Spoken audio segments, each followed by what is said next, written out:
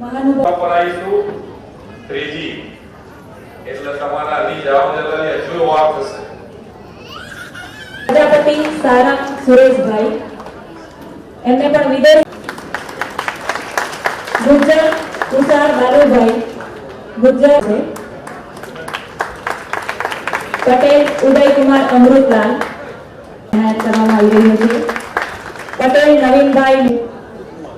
નવીનભાઈ મિથલભાઈ ઉષાબેન સદાશિવ કાસ કરવામાં આવી રહી છે. ધર્મિષ્ઠાબેન ખેતુભા જાડેજા સફાઈ કામદાર સેફટી અને વસુબેન ગિરીશભાઈ આહિર સફાઈ કામદાર કીટ વિતરણ કરવામાં આવી રહી છે. એના માટેના હર હંમેશ માન્ય વડાપ્રધાન શ્રીએ પ્રયત્નો કર્યા અને સરકારી યોજનાઓ અને સરકારી યોજનાઓ બનાવી અને એ છેવાડાના માનવી સુધી પહોંચાડવા માટેનો પણ પ્રયત્ન કર્યો. બાકી આપણને બધાને ખબર છે કે ઘણી બધી યોજનાઓ બનતી હોય અને યોજનાઓનો લાભ કોણ લે, કેવી રીતે લે, આપણને ખબર હોય તો આપણે લઈએ લાભ.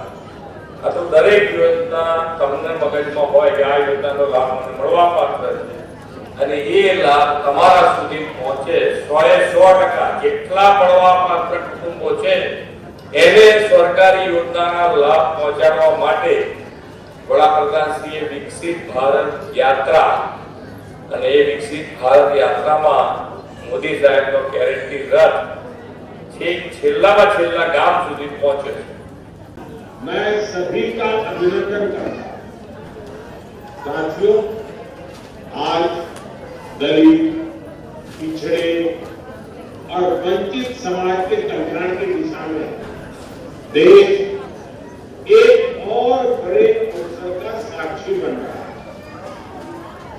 जब वंचितों को वरीयता की भावना हो तो कैसे काम होता है वो इस आयोजन में दिखाई दे रहा है.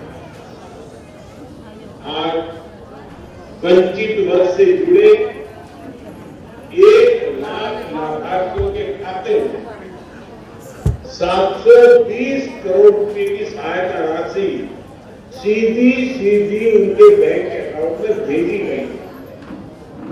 ये लाभार्थी 500 से ज्यादा जिलों में उपस्थित है.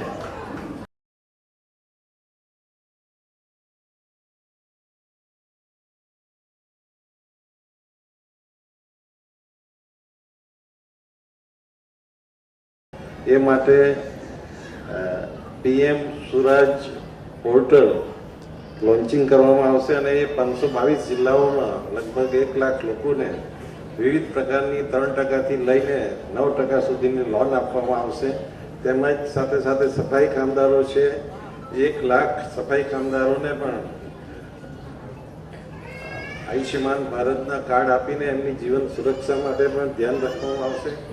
આપણે જાણીએ છીએ કે જ્યારે પણ સફાઈ કામદારો પોતાના જીવના જોખમે કામ કરતા હોય ત્યારે ઘણીવાર સેફ્ટી ટેન્ક અને એમાંથી જીવ જવાનો વારો આવે છે અને એ ના થાય એના માટે હવેથી એમને ટ્રેનિંગ અને સાથે સાથે સેફ્ટીના કીટ સાથેની સંપૂર્ણ એમને માહિતગાર કરીને કામગીરી કરવાની જે યોજના સરકારે બનાવી છે. આપણે સૌ આપણા દેશના યશસ્વી વડાપ્રધાન નરેન્દ્રભાઈનો આભાર માનીએ. એમણે પહેલેથી જ એક વાત કરી છે કે આપણી સરકાર એ ગરીબોની સરકાર છે, યુવાનોની સરકાર છે, અન્નદાતા એટલે કે ખેડૂતોની સરકાર છે અને મહિલાઓની સરકાર છે. આમાં કોઈ પણ જાતિવાદ, ભાષાવાદ, પ્રાંતવાદ આવતો નથી.